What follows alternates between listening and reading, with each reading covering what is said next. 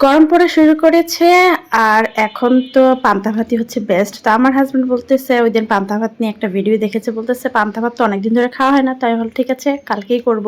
তো দুপুরবেলা অনেক ভাত রান্না করেছিলাম। রাতে খাওয়া-দাওয়ার পরে যে ভাতটা ছিল, ওই ভাতটা পানি দিয়ে ওভারনাইট ঢেকে রেখেছি।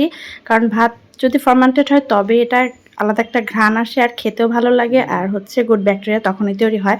তো পান্তা ভাতটা সকালবেলা সামান্য একটু লবণ দিয়ে মেখে নিয়েছি। কারণ আমার হাসব্যান্ড পান্তা ভাতের মধ্যে এক্সট্রা যে তেল দেয়, অনেকে মরিচ মাখা, তারপরে পেঁয়াজ এগুলো পছন্দ করে না। সে সচরাচর সাধারণটাই পছন্দ করে।